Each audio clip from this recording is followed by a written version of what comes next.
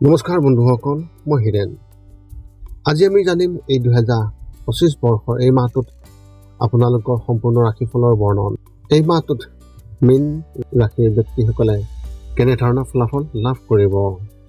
প্ৰথমে মোৰ চেনেলটো আপোনালোকে ছাবস্ক্ৰাইব কৰি ল'ব, যাতে মোৰ পিছৰ ভিডিঅ'বিলাক আপোনালোকে সহজে লাভ কৰিব পাৰে। লগতে মোৰ ভিডিঅ' যদি ভাল লাগে তেন্তে লাইক আৰু শ্বেয়াৰ কৰিব, কমেণ্ট কৰি আপোনালোকৰ মনোভাৱ প্ৰকাশ কৰিব। এতিয়া আহোঁ মূল বিষয়লৈ। আজি আমি জানিম এই 2025 বৰ্ষৰ এই মাহটোত সম্পূৰ্ণ ৰাশিফলৰ বৰ্ণন। আমাৰ সকলোৰে মনত এটা কৌতূহল আছে যে আগন্তুক মাহটো আমাৰ বাবে কেনেকুৱা হ'ব। বহু ধৰণৰ প্ৰশ্ন আমাৰ মনত উদয় হয়, যেনে ব্যৱসায় বা চাকৰিৰ ক্ষেত্ৰত অগ্ৰগতি হ'বনে নহয়, বা কিবা নতুন প্ৰত্যাহ্বানৰ সন্মুখীন হ'বলগীয়া হ'ব নেকি, এনেধৰণৰ বহুতো প্ৰশ্ন। সেয়েহে আপোনালোকক এই ভিডিঅ'টোৰ জৰিয়তে ৰাশি আৰু ৰাশিফলৰ ওপৰত ভিত্তি কৰি ৰাশিফলৰ ওপৰত বিভিন্ন গ্ৰহ আৰু নক্ষত্ৰমণ্ডলৰ প্ৰভাৱ আৰু গতিবিধিৰ বিষয়ে অধ্যয়ন কৰিছোঁ। এই কথা মনত ৰাখি আমি আপোনালোকক এই 2025 বৰ্ষৰ এই মাহটোত ৰাশিফলৰ মতে সঠিক মূল্যায়ন কৰিছোঁ, যাতে আপোনালোকে সেই অনুসৰি প্ৰস্তুতি চলাব পাৰে। আপোনালোকে এই ভিডিঅ'ত আপোনালোকৰ পৰিয়াল, আৰ্থিক, কেৰিয়াৰ, শিক্ষা, প্ৰেম আৰু স্বাস্থ্যৰ লগতে আৰু বিভিন্ন তথ্য আপোনালোকে এই ভিডিঅ'ত লাভ কৰিব। ইয়াৰ দ্বাৰা আপুনি জানিব পাৰিব যে আপোনাৰ ৰাশিফলৰ অনুসৰি কি কি প্ৰস্তুতি চলাব লাগিব। গতিকে আপোনাৰ ৰাশিফল অনুসৰি প্ৰস্তুতি চলাওক। অৱশ্যে আপোনালোকক এইটো জনা উচিত যে এই ভিডিঅ'টোত দিয়া যি তথ্য, এই তথ্য কোনো ব্যক্তি হিচাপে নহয়, ৰাশিফলৰ ওপৰত হোৱা যি প্ৰভাৱ, সেই প্ৰভাৱৰ বিবেচনা অনুসৰিহে এই ভিডিঅ'ত উল্লেখ কৰা হৈছে এই সকলোবোৰ তথ্য। গতিকে এনেদৰে আপুনি আপোনাৰ জীৱনত ঘটিব পৰা সকলো কথাৰ তথ্য লাভ কৰক। গতিকে কোনো পলম নকৰাকৈ এতিয়া আমি এই 2025 বৰ্ষৰ এই মাহটোত যি ৰাশিফলৰ বৰ্ণন, সেই ৰাশিফলৰ বৰ্ণন আপোনালোকক আগবঢ়াবলৈ আগবাঢ়িছোঁ। সৰ্বপ্ৰথম পাৰিবাৰিক জীৱনৰ ক্ষেত্ৰত এনেধৰণৰ। এই মাহটো আপোনাৰ পাৰিবাৰিক জীৱনৰ বাবে ভাল আৰু বেয়া দুয়োটাই হ'ব। যদি ঘৰত কোনো বৃদ্ধ ব্যক্তি আছে তেন্তে তেওঁলোকৰ যাত্ৰাত যাবলৈ পৰিকল্পনা কৰিব পাৰি, কিন্তু এই মাহত তেওঁলোকক বাহিৰলৈ ওলাই যাবলৈ দিয়াৰ পৰা বিৰত থাকক। লগতে তেওঁলোকৰ লগত স্বাস্থ্যজনিত বিশেষ কিবা সমস্যা হ'ব পাৰে আৰু তেওঁলোকৰ বিশেষ যত্ন লওক। যদি তেওঁলোকৰ ইতিমধ্যে কোনো গুৰুতৰ ৰোগ আছে তেন্তে চিকিৎসকৰ সৈতে যোগাযোগত ৰাখক। যদি আপোনাৰ সন্তান এতিয়াও স্কুলত আছে তেন্তে তেওঁলোকে আপোনাক সন্তুষ্ট কৰিব। লগতে আপুনি তেওঁলোকৰ বাবে বিশেষ নতুন কিবা এটা কৰিবলৈ চেষ্টা কৰিব।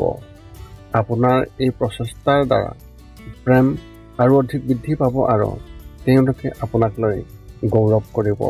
সকলো কামতে সুখ আৰু শান্তিৰে কৰা হ'ব আৰু পাৰস্পৰিক প্ৰেম বৃদ্ধি পাব। ব্যৱসায় আৰু চাকৰিৰ ক্ষেত্ৰত এনেধৰণৰ। মাহৰ তৃতীয় সপ্তাহত লেনদেনৰ সময়ত ব্যৱসায়ীসকলে সাৱধান হ'ব লাগিব। ৰাজনীতিৰ ক্ষেত্ৰত কাম কৰা ব্যক্তিসকলে এই মাহত অলপ সতৰ্ক হ'ব লাগিব, কাৰণ আপোনাৰ কিছুমান সুযোগ থাকিব যিবোৰ জনপ্ৰিয় যেন লাগিব, কিন্তু পিছলৈ গৈ ই আপোনাৰ বাবে ক্ষতিকাৰক বুলিহে প্ৰমাণিত হ'ব। চৰকাৰী কৰ্মচাৰীসকলেও এই মাহত তেওঁলোকৰ কামৰ প্ৰতি সতৰ্ক হ'ব লাগে, কাৰণ আপোনাৰ কামত কোনো ডাঙৰ বিষয়া বা প্ৰভাৱত পৰা ব্যক্তিৰ দ্বাৰা বিশেষভাৱে বাধা আহিব। এনে পৰিস্থিতিত তেওঁলোকৰ লগত জড়িত হৈ পৰাৰ পৰা বিৰত থাকক, নহ'লে এই সমস্যাই ডাঙৰ ৰূপ ল'ব, যিয়ে আপোনালোকৰ বাবে অসুবিধাৰ সৃষ্টি কৰিব। শিক্ষা আৰু কেৰিয়াৰ ক্ষেত্ৰত এনেধৰণৰ। যদি আপুনি ফেশ্বন বা মিডিয়াৰ ক্ষেত্ৰত আছে তেন্তে এই মাহটো আপোনাৰ বাবে ভাল হ'ব আৰু হাতত কিছুমান সুযোগ আহিব যিবোৰ স্বাভাৱিক দেখা যাব, কিন্তু সেইবোৰৰ ওপৰত কাম কৰিলে আপোনাৰ আৰু অধিক ভাল অভিজ্ঞতা লাভ কৰিব সুবিধা হ'ব। এই মাহটো সাংবাদিকসকলৰ বাবে শুভ। অভিযান্ত্ৰিকত অধ্যয়ন কৰা লোকসকলে তেওঁলোকৰ প্ৰকল্পটোৰ বাবে বিশেষভাৱে চিন্তিত হ'ব পাৰে। যদি আপুনি চৰকাৰী পৰীক্ষাৰ বাবে প্ৰস্তুতি চলাই আছে, তেন্তে এই মাহত অলপ সাৱধান হওক, কাৰণ কোনোবাই আপোনাক বিভ্ৰান্ত কৰিবলৈ চেষ্টা কৰিব। যদি আপুনি কলেজত নামভৰ্তিৰ বাবে প্ৰস্তুতি চলাই আছে, তেন্তে মনটো অসন্তুষ্ট হ'ব আৰু পঢ়া শুনাত আপোনাৰ মন কম হ'ব। স্কুলৰ ছাত্ৰ ছাত্ৰীসকলে কিবা এটাৰ ওপৰত শংকিত হ'ব পাৰে। প্ৰেমৰ ক্ষেত্ৰত এনেধৰণৰ, যদি আপুনি আপোনাৰ প্ৰেমিকৰ সৈতে বিবাহৰ কথা আলোচনা কৰিছে, তেন্তে তেওঁ বা তাই হয়তো আবদ্ধ হৈ পৰিব। ঘৰখনত কোনো সদস্যই আপোনালোকৰ সম্পৰ্কত অনুমোদন নিদিব আৰু তেওঁক সেই সম্পৰ্কৰ পৰা ফাটি যোৱাৰ বাবে চেষ্টা কৰিব। অবিবাহিত ব্যক্তিসকলে বন্ধুৰ পৰিয়ালৰ এজন সদস্যৰ ওপৰত আকৰ্ষণৰ ভাৱ লাভ কৰিব, কিন্তু তেওঁলোকে তেওঁলোকক ক'ব নোৱাৰিব। যদি আপুনি বিবাহিত হৈছে, তেন্তে এই মাহত আপোনাৰ প্ৰেম জীৱনৰ বাবে শুভ হ'ব। দুয়ো মিলি পৰিয়ালৰ সদস্যৰ বাবে বিশেষ কিবা এটা কৰিবলৈ চেষ্টা কৰিব।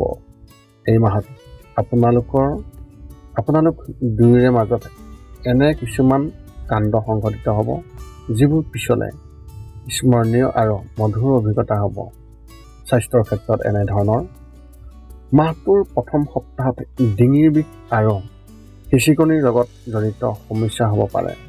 ইয়াৰ বাবে শুই উঠাৰ পিছত গৰম পানী খোৱাৰ অভ্যাস কৰিলে অতি ভাল হ'ব। মাহৰ দ্বিতীয় আৰু তৃতীয় সপ্তাহটো ঠিকেই হ'ব, কিন্তু তৃতীয় সপ্তাহত দুৰ্ঘটনা হ'ব পাৰে, গতিকে সাৱধান হওক। আপোনাৰ কোনোবা বা আপোনাৰ বন্ধুৱে আপোনাক লগ কৰা বা শ্বেয়াৰ কৰিব বিচাৰিব, যাৰ বাবে মানসিক চাপ থাকিব পাৰে। এই চাপ আৰু বৃদ্ধি পাব পাৰে। সেইবাবেই আপুনি ইয়াক সমাধান কৰিবলৈ চেষ্টা কৰিলেও বা এই বস্তুটো আন কাৰোবাৰ লগত শ্বেয়াৰ কৰিলেও ভাল হ'ব। আপোনাৰ এই মাহত শুভ সংখ্যা হিচাপে 6 আৰু শুভ ৰং হিচাপে আপুনি এই মাহত গ্ৰীণ ৰং ব্যৱহাৰ কৰিব পাৰে। মীন ৰাশি ব্যক্তিসকলৰ বাবে এক বিশেষ তথ্য আগবঢ়োৱা হৈছে। মাহৰ তৃতীয় সপ্তাহত মঙলবাৰে কমেও 5 বাৰ হনুমান চালিচা পঢ়ক আৰু লগতে হনুমান মন্দিৰলৈও আপুনি যাওক। আপুনি হনুমান মন্দিৰত প্ৰসাদ আগবঢ়ালে খুবেই ভাল হ'ব। এই মাহত যি সংকট হ'ব সেয়া ৰোধ কৰা হ'ব। এতিয়া আপুনি সকলো তথ্য লাভ কৰাৰ পিছত এই 5টা কাম কৰিবলৈ আপুনি যিমান পাৰি চেষ্টা কৰক।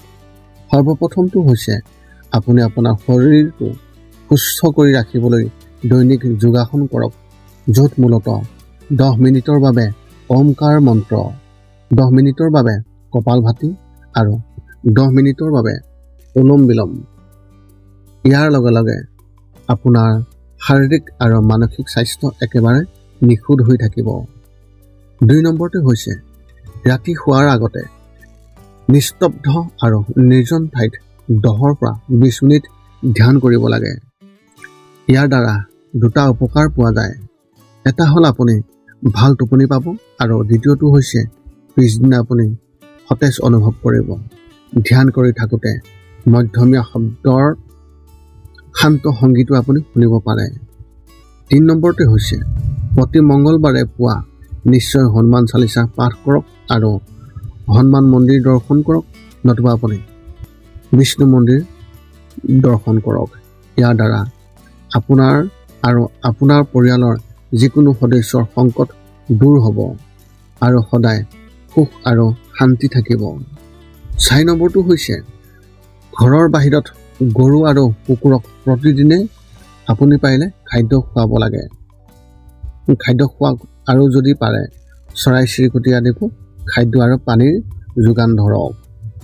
এই পৃথিৱীখন যিমান আমাৰ সিমানেই সিহঁতৰো। নিতৌ ইহঁতক খুৱাই আমি তেওঁলোকৰ পৰা এক আশীৰ্বাদ লাভ কৰিব পাৰোঁ আৰু আমাৰ ওপৰত থকা গ্ৰহবোৰৰ কুপ্ৰভাৱ দূৰ হ'ব। সদশেষত 5 নম্বৰটো হৈছে আপুনি পাৰিলে মাজে মাজে চৌপাশৰ দুখীয়া ব্যক্তিসকলক আপুনি পাৰিলে সহায় কৰক আৰু ভোকাতুৰ ব্যক্তিসকলক আপুনি পাৰিলে খুৱাবলৈ চেষ্টা কৰক।